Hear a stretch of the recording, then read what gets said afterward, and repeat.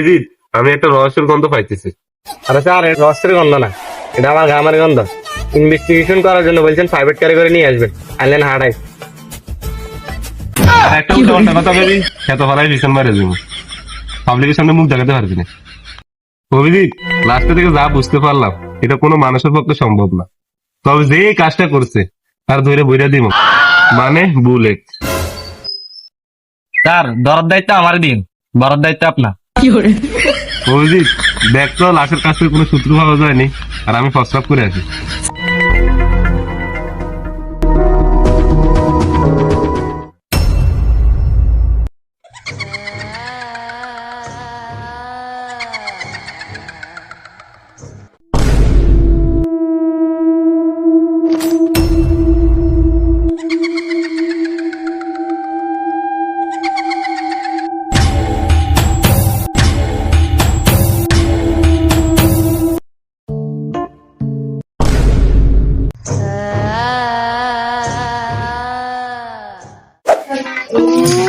ACB sir, কেসটা খুব জটিল।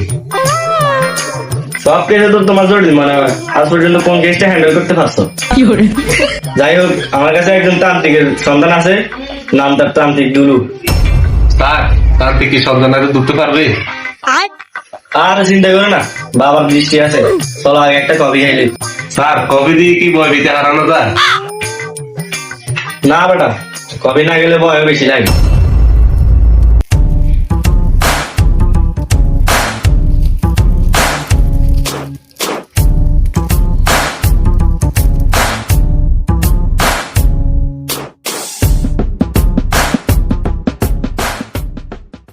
বাবা, এমন এক আত্মার সন্ধান নিয়ে আইছি, এটা খালি মানুষের ঘাড়ে কামড় দিয়া মানুষ মারি ফেলা। এটা শেষ কোথায়? চোখ বন্ধ কর বাবা, যা দেখবি ভয় পাবি না, ভয় ওর শক্তি। সঞ্জনা কোনো সাধারণ ভূত না। এই জঙ্গলে 20 বছর আগে একজন মেয়েকে দর্শন করে মেরে ফেলা হয়েছিল। লাশটা ফালাইছিল উল্টা করে, তার আত্মা এখন সঞ্জনা। যে তার দিকে লালসার চোখে তাকায়, যে তার গায়ে হাত দেয়, সে আর মানুষ থাকে না, লাশ হয়ে যায়।